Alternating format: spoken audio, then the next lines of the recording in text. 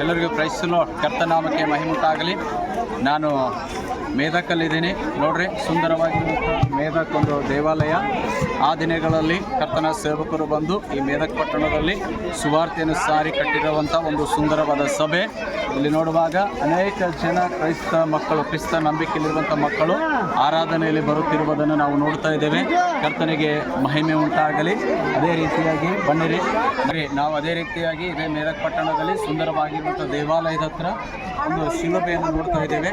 ಈ ಶಿಲುಬೆಯನ್ನು ನೋಡುವಾಗ ದೇವರ ವಾಕ್ಯ ಹೇಳುತ್ತಾ ಇದೆ, ನಾಶನದ ಮಾರ್ಗದಲ್ಲಿರುವವರಿಗೆ ಶಿಲುಬೆಯ ಮಾತು ಹುಚ್ಚು ಮಾತಾಗಿದೆ, ಆದರೆ ಕ್ರಿಸ್ತನ ಮಾರ್ಗದಲ್ಲಿರುವವರಿಗೆ ಇದು ದೇವರ ಶಕ್ತಿಯಾಗಿದೆ ಎಂಬುದಾಗಿ. ಅಂದರೆ ನಾಶನದ ಮಾರ್ಗದಲ್ಲಿರುವವರಿಗೆ ಶಿಲುಬೆಯ ಮಾತು ಹುಚ್ಚು ಮಾತಾಗಿದೆ, ರಕ್ಷಣೆಯ ಮಾರ್ಗದಲ್ಲಿರುವ ನಮಗಾದರೂ ದೇವರ ಶಕ್ತಿಯಾಗಿದೆ ಎಂಬುದಾಗಿ ಈ ಒಂದು ಶಿಲುಬೆ ನಮಗೆ ಸೂಚಿಸುವಂತಾಗೈತಿ. ಈ ಶಿಲುಬೆ ಕರ್ತನಾದ ಯೇಸು ಕ್ರಿಸ್ತನು ಶಿಲುಬೆ ಮೇಲೆ ಪ್ರಾಣಪಟ್ಟು ಪಟ್ಟಂಥ ಶಿಲುಬೆ, ಇದು ರಕ್ಷಣೆಯನ್ನು ಕೊಟ್ಟಿರುವಂಥ ಶಿಲುಬೆ. ಆದರೆ ಶಿಲುಬೆ ಅಡಿಯಲ್ಲಿ ನೋಡ್ರಿ, ಇಲ್ಲಿ ಮಾಡುತ್ತಿರುವಂಥ ಕಾರ್ಯಗಳನ್ನು ನೋಡ್ರಿ. ಇಲ್ಲಿ ದೀಪಗಳನ್ನು ಬೆಳಗ್ತಾ ಇದ್ದಾರೆ, ತೆಂಗಿನಕಾಯಿಗಳನ್ನು ಹೊಡಿತಾ ಇದ್ದಾರೆ.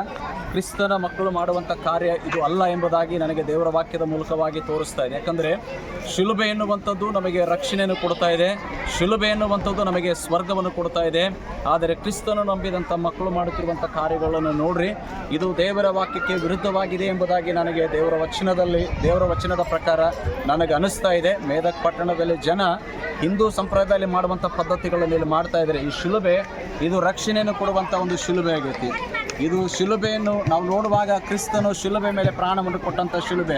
ಆದರೆ ಅದೇ ಶಿಲುಬೆಯ ಕೆಳಗೆ ನೋಡ್ರಿ ಇಲ್ಲಿ ಮಾಡುತ್ತಿರುವಂಥ ಕಾರ್ಯಗಳು, ಈ ಕಾರ್ಯಗಳನ್ನು ನೋಡುವಾಗ ಇದು ದುಃಖಕರವಾದಂಥ ಒಂದು ಸಂಗತಿಗಳು ಎಂಬುದಾಗಿ ನಮಗೆ ಕಾಣುವಂಥದ್ದಾಗೈತಿ ಪ್ರಿಯರೇ.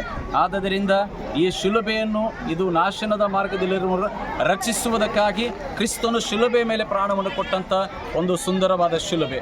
ಆದ್ದರಿಂದ ಶಿಲುಬೆಯ ಕಡೆಗೆ ನೀವು ಬರ್ರಿ, ಶಿಲುಬೆಯ ನೆರಳಿನಲ್ಲಿ ಬರ್ರಿ. ಕ್ರಿಸ್ತನು ನಮಗೆ ಸ್ವರ್ಗವನ್ನು ಕೊಡ್ತಾನೆ. ಈ ಶಿಲುಬೆಯನ್ನು ವ್ಯರ್ಥವಾದ ಕಾರ್ಯಗಳಿಗೆ ಉಪಯೋಗ ಮಾಡಿಕೊಳ್ಬೇಡ್ರಿ. ದೇವರು ನಿಮ್ಮನ್ನು ಆಶೀರ್ವಾದ ಮಾಡಲಿ. ಆಮೇಲೆ